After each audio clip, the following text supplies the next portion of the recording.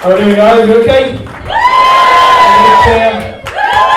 Wow, the opening act. That could mean one of two things. Either I'm really shit and they want me gone, or they know that I moonlight as an Uber Eats driver and I've got a job on shortly. But no, thank you all for coming. It really means a lot. It's actually packed out as well, which is fantastic. My wife is here tonight. Can I have a big cheer for my wife?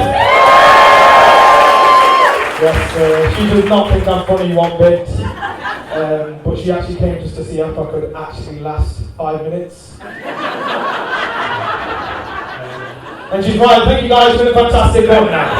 I'm kidding. No, my wife and I, we have two beautiful boys, two very different boys as well. My eldest is an insurance fraudster, and my youngest chases pigeons. But we'll get on to the pigeon chaser a bit later on in the evening. I say insurance fraud, it wasn't really that bad. He stumbled across one of those YouTube ads which says, if you've been involved in an accident in the past 5 years, please click this link and you may get up to thousands of pounds. He didn't have an accident. I get home, I get this phone call, hi Jagger, have you been in an accident? No, Jagger hasn't, but he will be when I get home. I asked him, what was the accident? He says, very teary as well, it was when I fell over at school. I was like, that doesn't count as an accident at work. And I could have gone two ways about it. I could have gone like really nasty and nail him, or I could have gone the woke dad approach, which is the rage now. I went with the former. I absolutely leathered him. I said, how dare you? Who do you think you are doing this? This is criminal. They can take you away from us. Do you want that? But we did have a fantastic time in Florida. But I can't complain too much. I was a tearaway growing up, as my siblings will know. I was a bit of an arsehole. Every family has an arsehole, and my family's arsehole. I remember parents' evening. Everybody remember parents' evening? Yes, they were horrible, weren't they? The teachers lined up all in the great hall, and that feeling in the bottom of your stomach, that pit of impending doom. This year I was like pretty bad. My mum came with me. My dad didn't bother coming to these things because he kind of gave up hope when he realised I wasn't going to be a doctor, like every other Indian. So I remember it really well. Each teacher was just complaining about me. Sonny is a constant distraction. Sonny bunks off from classes. Sonny catfished me on MSN. Yeah, we've got that one. So my mum was with me, and my mum's answer to everything was quite surprising. She turned to me, and I'm going to try my best here to do an Indian accent, so don't laugh. Racist, over here. Security racist over here, just keep an eye out for that. And she turned to me and she go, what do you say? I'm like, what? What do you say? I'm genuinely dumbfounded. What do you want to say? Say sorry. She made me apologise to every single teacher that night.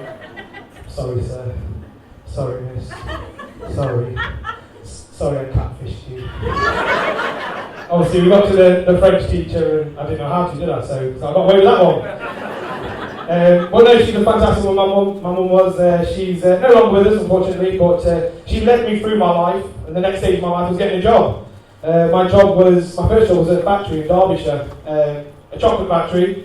I'm not going to name which one, because there was a lot of fudge packing going off, and I don't want to get in trouble.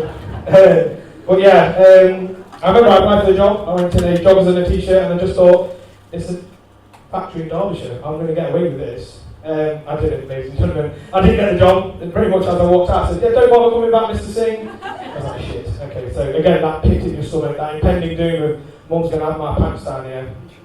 I get home, and she looks at me, did you get the job? I said, no, Mum, I didn't get the job. Right, leave them again, but this time I'm going with you. Fucking hell. Okay, don't think we'll get the interview. Ladies and gentlemen, I was the only candidate in the reception in a three-piece suit, and my traditional Punjabi mum sat next to me. Yeah, it wasn't nice.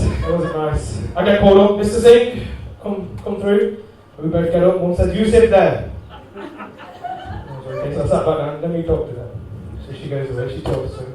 They come back down after 5 minutes. They're both staring at me. And she looks to the interviewer and says, "What do you say?" I got the job then. I got the job. Thanks to Mum, again, got the job. 19 years I was there. 19 years of fudge packing takes its toll. Trust me, it definitely takes its toll. But even to the next stage of my life, I got married. It was an arranged marriage. Don't cheer that. It was an arranged marriage, and I mean, let's be honest, who would actually want to marry this out of choice? She's over there, she's the one who did it. Yeah, even now, I still find myself using Mum's words and knowledge of, "I'm sorry. I'm sorry." I get a few in the bag as well, because I know I'm going to fuck up further down the line. "I'm sorry." Well, like I say, she was a great woman. Again, sadly, she's no longer with us. But I'm sure she is looking up at us. I mean, down. Sorry. She's looking down. She's looking down on us. On all of us. Probably specifically looking at me and saying, "What do you say?" I'm sorry. Thank you guys for a fantastic audience.